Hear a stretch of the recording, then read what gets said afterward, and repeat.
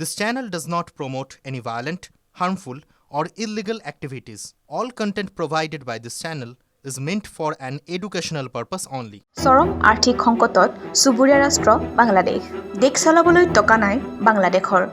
IMF-এ ঋণ দিয়া নাই মোহাম্মদ ইউনুছ চৰকাৰক। উল্লেখ্য যে চলিত ঋণৰ চতুৰ্থ তথা অন্তিম কিস্তি 10 ফেব্ৰুৱাৰীত লাভ কৰাৰ সম্ভাৱনা আছিল বাংলাদেশৰ। কিন্তু নিৰ্দিষ্ট তাৰিখত IMF-এ ধন দিব বিচৰা নাই চুবুৰীয়া ৰাষ্ট্ৰখনক।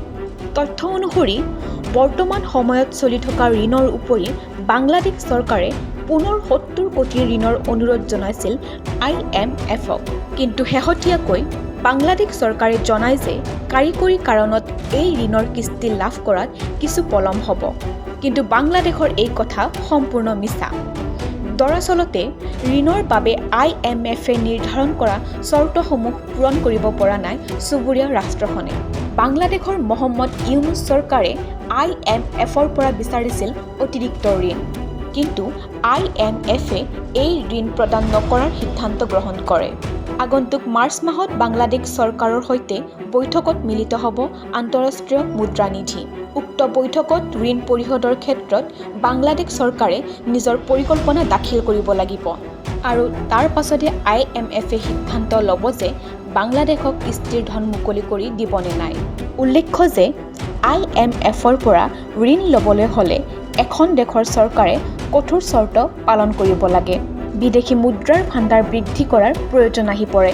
এনে ক্ষেত্ৰত বাংলাদেশ চৰকাৰে এতিয়া বহু কৰ আৰোপ কৰিবলগীয়া হৈছে।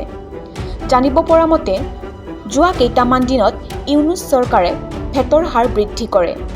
বাংলাদেশত নিত্য প্ৰয়োজনীয় সামগ্ৰী ক্ৰয় কৰাও এতিয়া জনতাৰ বাবে ডাঙৰ প্ৰত্যাহ্বান। ভেট বৃদ্ধিৰ পাছতে চুবুৰীয়া ৰাষ্ট্ৰখনত বস্তু সামগ্ৰীৰ দাম নিয়ন্ত্ৰণহীন হৈ পৰে। কিন্তু তাৰ পাছতো প্ৰশ্ন হয় ইউনুছ চৰকাৰে IMF-ৰ চৰ্ত পূৰণ কৰিব পাৰিবনে নাই। এই সমগ্ৰ ঘটনা পৰিঘটনাৰ সুযোগ লৈছে ৰঙাচীনে। মোহাম্মদ ইউনুছ চৰকাৰে একাধিক অনুৰোধ লৈ কাষ চাপিছিল চীনৰ। সূত্ৰ অনুসৰি চীন চৰকাৰে সহায় কৰিব বাংলাদেশক, চৰ্ত সাপেক্ষে প্ৰদান কৰিব ঋণ।